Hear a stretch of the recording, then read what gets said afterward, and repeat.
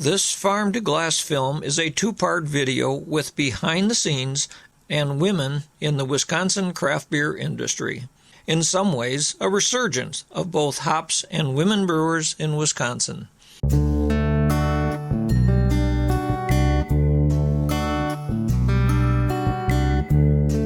Today you will run the gamut of artisanal craft brewers, people that are literally brewing with a one-barrel system, 31-gallon system, all the way up to folks that are producing 30, 40, 50,000 barrels a year.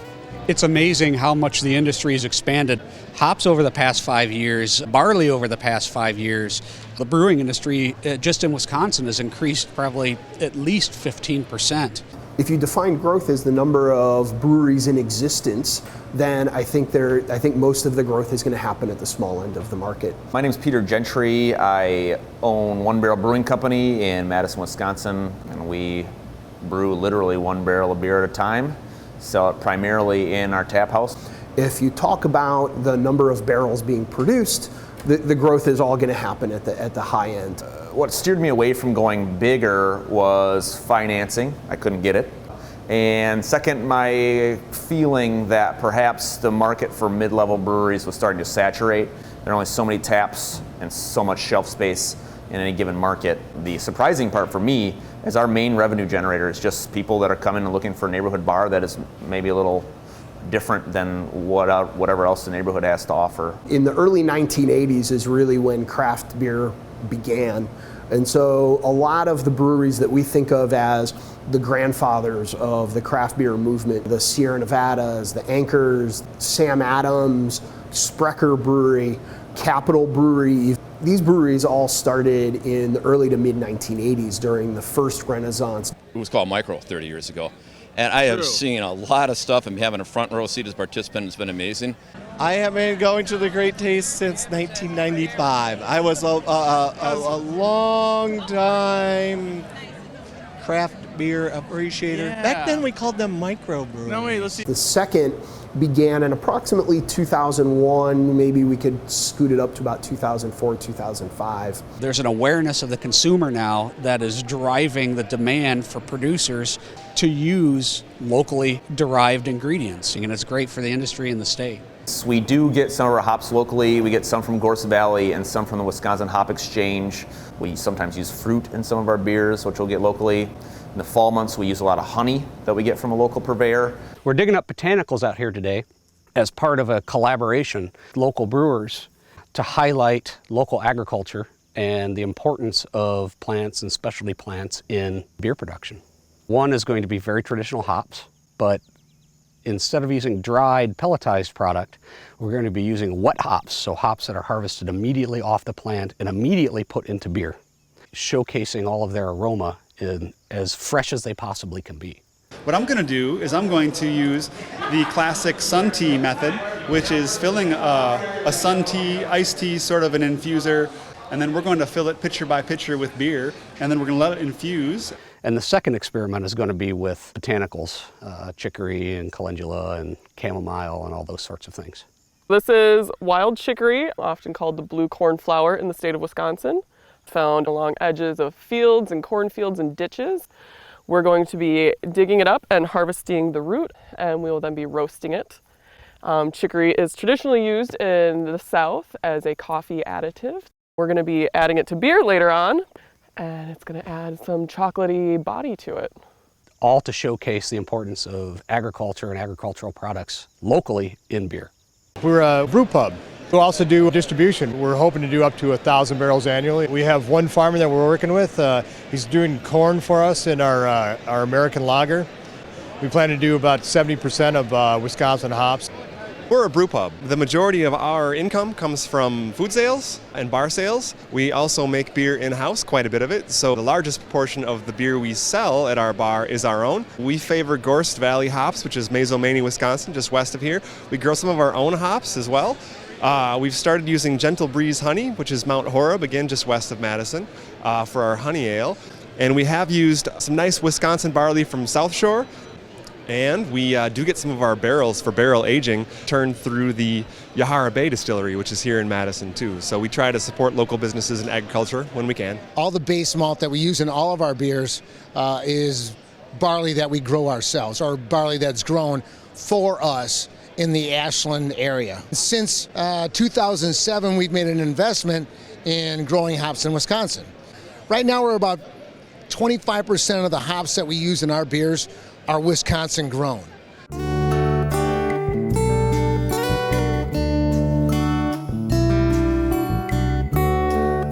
In 2007, hops and barley commodity prices soared. They soared in response to market forces that were about weather related, they were about acreage related, they were about all those kind of influences on commodity pricing. We saw a 30% increase in grain prices. We saw maybe 150% increases in hop prices.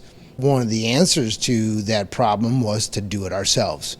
And so I took off in 2007 with a few other people, but concentrated on barley initially here in the northern Wisconsin region. We did some hop projects down south, and those kind of projects now have filtered their way back into how I approach that commodity as well here in the northern part of Wisconsin. From that simple beginnings of maybe 11 or 12 acres at my own home has turned into a couple hundred acres here in northern Wisconsin. This was planted in mid to late June, which is about a month behind our target dates of mid-May. And then once we planted the seed, it just sat there in cold ground for it seemed like for weeks. This is not very tall by any kind of barley standards at all. These are fairly short. There should be at least twice, maybe 3 times the size of that head, but it's what we got to deal with. We need to make our barley production on a more consistent basis equal out to 80 to 100 bushels an acre. Any maltster that we've been contracting with requires a minimum amount of 180,000 pounds delivered to them to do a batch, which turns out to be a rail car. That's our target every year, is a rail car full of barley. And that takes about 200 acres to do that. We're fortunate that the city of Ashland still has a transloading facility, a public transloading facility, where I'm able to basically get a rail car in there, load it myself, and ship the rail car off to the maltster. Once the raw barley comes in, it gets graded, so it's only the plump kernels that are going away to the maltster to get transformed into barley malt.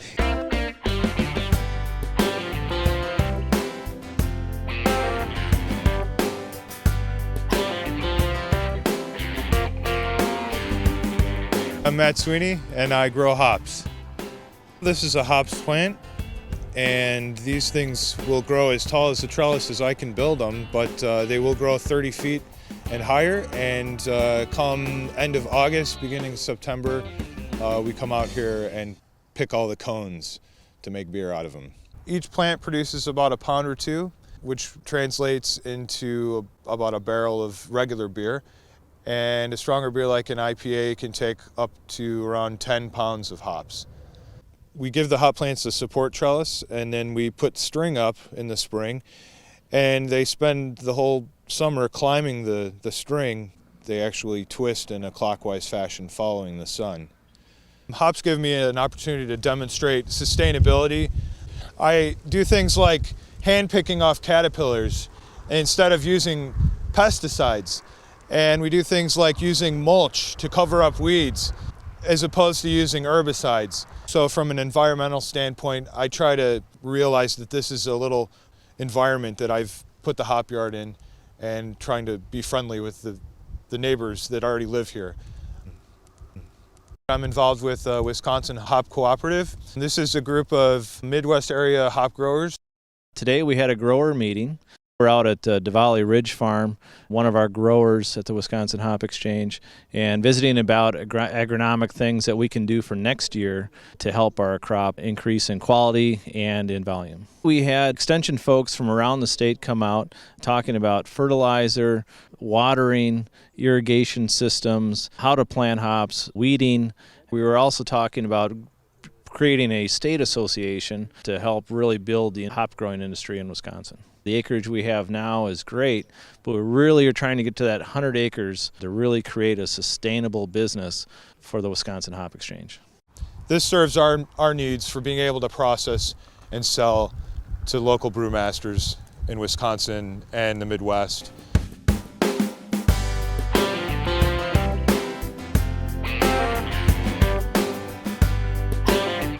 Every year at the end of August, we run the Simple Earth Hops Harvest Brewfest. The idea is not only to enjoy ourselves and have fun and drink some beer, but we also, try to talk about local hops.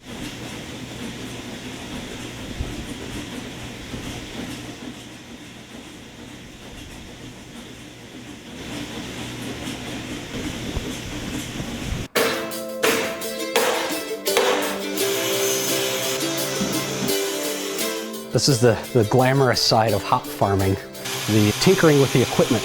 It takes so much effort to harvest that on the small scale, there's really not a whole lot you can do. That leaves you to hand harvesting.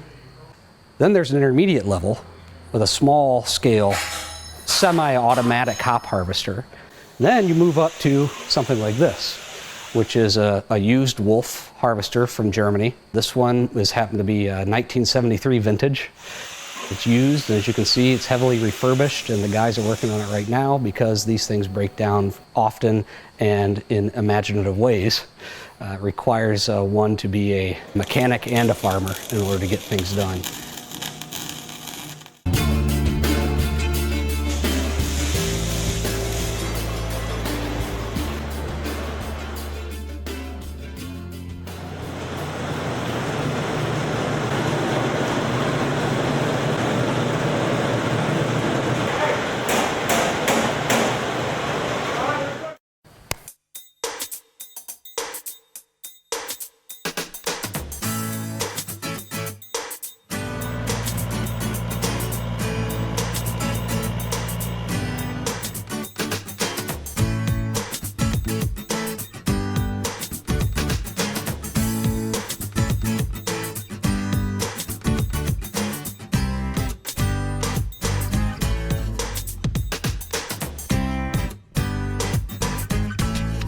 My name is James Altweiss. I'm the director and horticulturist of Gorse Valley Hops. Gorse Valley Hops is a group of growers that are all focused on gathering enough quantity of hops to supply to a brewer. We have several acres, several thousand pounds of production, and that's finding its way into our Wisconsin craft beers. We are responsible here in this facility for processing all of the hops that our growers produce and dry and bring to us at the end of the season. Next week, when we start processing, we'll take those whole flowers and we'll convey them up this auger system and the hammer mill system. We're going to take those whole flowers and pulverize them and then compress them into very dense, small pellets that the brewers utilize in their brewing process. It's critical to do our own chemical testing so we have immediate turnaround and know when and if something is wrong with our product, we can hold it, we can fix it, and we can make sure that our quality is really up to par with what we're trying to give to our customers.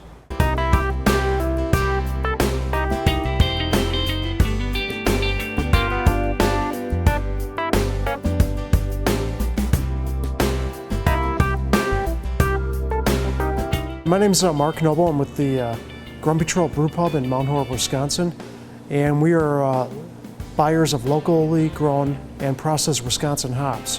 We use pelletized hops from the Hop Exchange. With the Hop Exchange, we're paying a little bit more, but also kind of help get off the ground. And it's neat to say that this in this Hop Farm Pale Ale, we got hops that come from Dodgeville, Fort Atkinson, and Eau Claire. The development of this hop industry in the state is in its infancy because it's a highly capitalized industry, just like brewing is.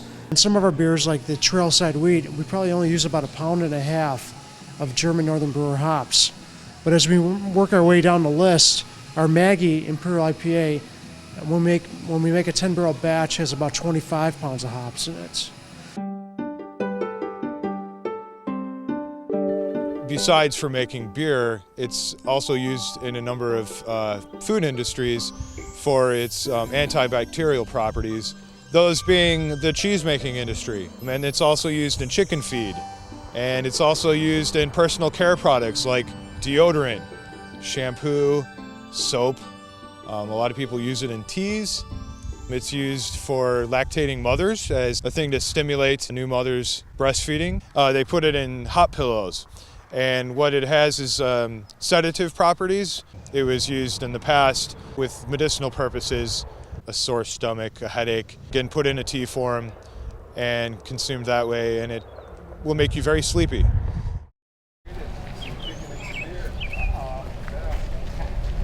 My name is Anello Malika. I'm one of the owners of Central Waters Brewing Company. We've been around for 15 years. We've been pouring here at the Energy Fair for 14 of those 15 years. We've grown to be a nationally recognized brewery, both for quality of our beer and for our efforts to try to shrink the footprint of our beer, environmentally speaking. That encompasses everything from using solar thermal, solar PV, and also trying to source all of our ingredients as locally as possible whenever we can. We're always faced with shortages of things like barley and hops, increased prices of hops and barley. One way to mitigate that is to try to source it locally and make sure that the local farmers are getting paid well for that crop. And if they're getting paid well, they'll keep growing it, and that ensures a steady supply of the raw ingredients that we need to make beer. I'm Russ Klisch. I'm president, founder, and owner of Lakefront Brewery. We are classified as a regional brewery, over 15,000 barrels. We're one of 5 breweries in with Midwest Barley and Hop Co-op. It's us, Sprecher, Central Waters, Bull Falls, and South Shore up in Ashland. And the 5 breweries have gotten together and kind of pledged to use Wisconsin ingredients in their beer. The reason of the co-op is that there's some farmers have really kind of gone on a limb and spent a lot of money trying to put infrastructure in, and we thought that we'd guaranteed that we would buy hops from them. If we can buy locally, that's a huge part of that footprint, because you don't have to ship it so far to get it to the brewery. We've been growing organic barley here for, 4 or 5 years now, I guess. This is, I think, our 4th year that we'll be selling our product to Central Waters Brewery for their Shine On. Any small grain for food quality, you're trying to preserve the germination, so we've been checking the field here periodically and trying to find the sweet spot where we can get it to go through the combine but not letting it get too dry. The risk is if you let it get too dry in the field, you're subject to a lot more weather damage, a lot more shattering with the harvester. As you go across the field, you lose more kernels on the ground, and but by harvesting a little bit higher moisture content, then we get more of the grain stays in the machine. You're here with me at Vintage Brewing Company. We're on Madison's west side. I am the brewmaster and one of the partners. Welcome to my fermentation room. You may hear some gurgling in the background. We've actually got active fermentation in a couple of these vats right now. We're proud to use a lot of local ingredients here, not only for the food but in the brewing as well. So whenever it's been possible, try to source our grains locally and our hops locally. One of our key partners in that realm is Gorst Valley Hops. They're in Mazomanie, which is about 30 miles west of us here in Madison. So another local partnership for us has been Yahara Bay Distillers. We like to do a lot of barrel-aged beers here, generally stronger ales, and they spend time in barrels, sometimes up to 6 months to a year. We've got some in bourbon-style whiskey barrels, and we're looking forward to getting some apple brandy barrels from Yahara Bay as well. A lot of fun things can be aged in spirits barrels. These are beers that push the limit of what people expect from a beer. They're 12% alcohol. It's supposed to be poured in more of a wine glass at sort of wine temperatures. Wisconsin oftentimes gets overlooked for the quality of the beer in the state. Not a lot of Wisconsin breweries distribute their beer outside of the state, so we don't generally get known well internationally or even nationally.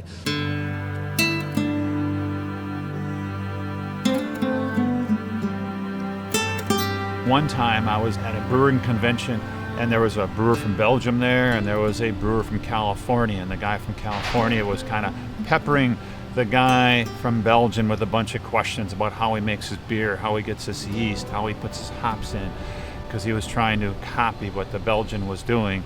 And finally the Belgian guy kind of got fed up with him and said, why don't you just find your local ingredients and learn how to brew with them? The yeast is one of the main ingredients that people really don't look at that much. The flavors they're getting in the beer come from the yeast. And so I've always kind of looked for local yeast, and I met Jeremy King. He had a PhD in microbiology from Purdue.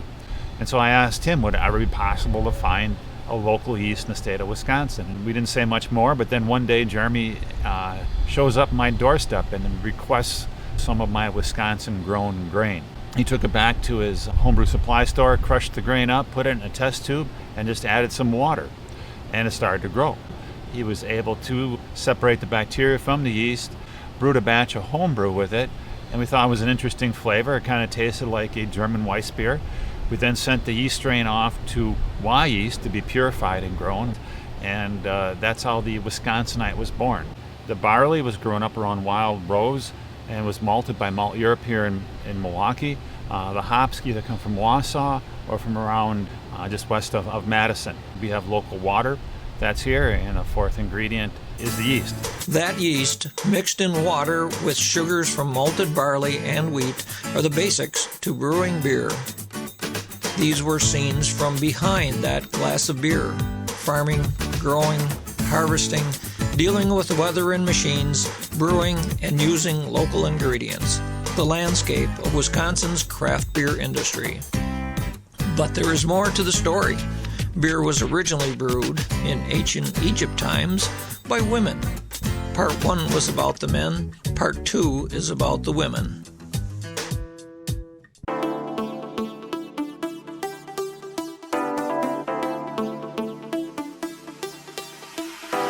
In ancient Egypt, women used to make the beer, and then in the Industrial Revolution, men started making beer. But then craft beer came around, and women came back into the industry.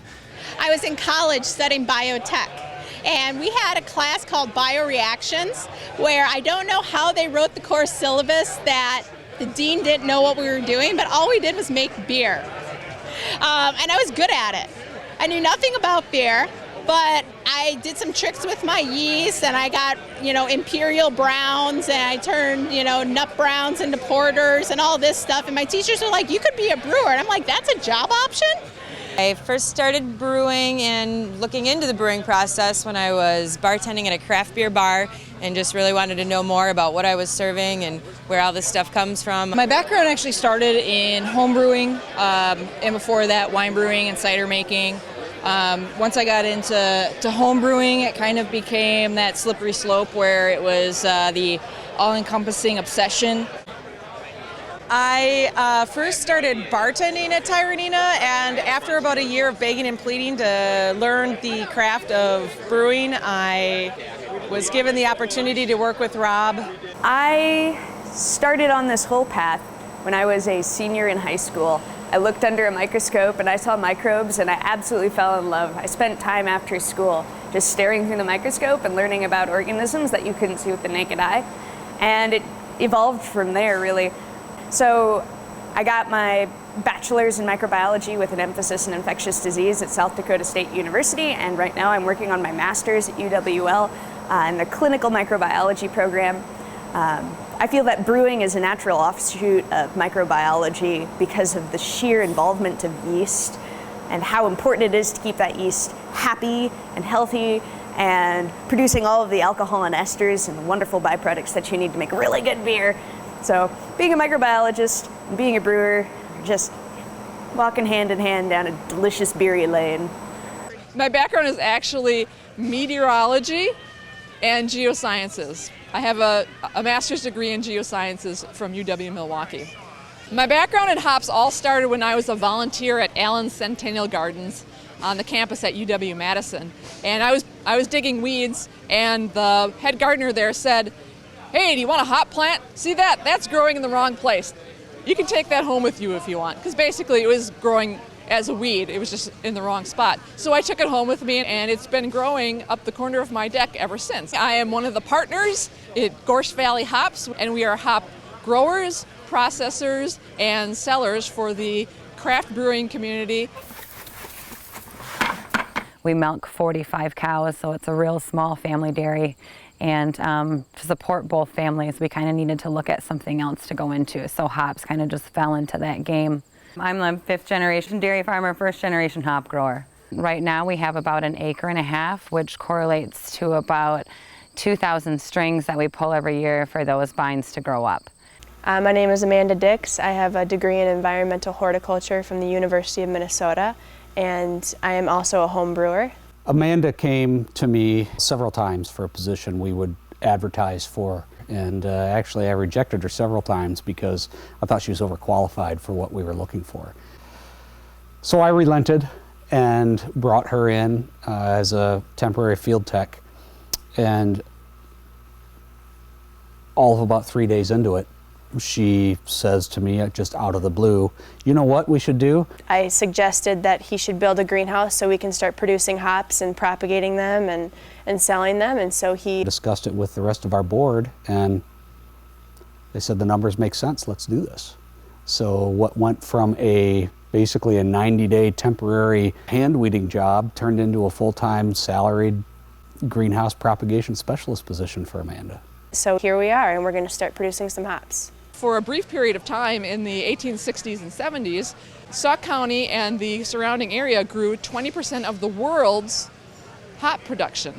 And now we've got this wonderful community of craft brewers in the region who are just itching for high quality ingredients to make their beers so much out of the ordinary. My undergraduate degree is in biology from UW-Madison with a lot of organic chemistry, biochemistry, and physics, which happens to be very relevant for brewing, although I didn't know that at the time. I homebrewed for a few years before I even had an idea to get into it professionally. And then I did schooling with Siebel, or in the World Brewing Academy, based in Chicago and just outside of Munich in Germany. I started at Capital part-time just to kind of get my feet wet, keep my knowledge going after I've gone to school, and then coming back and trying to just keep my knowledge in play.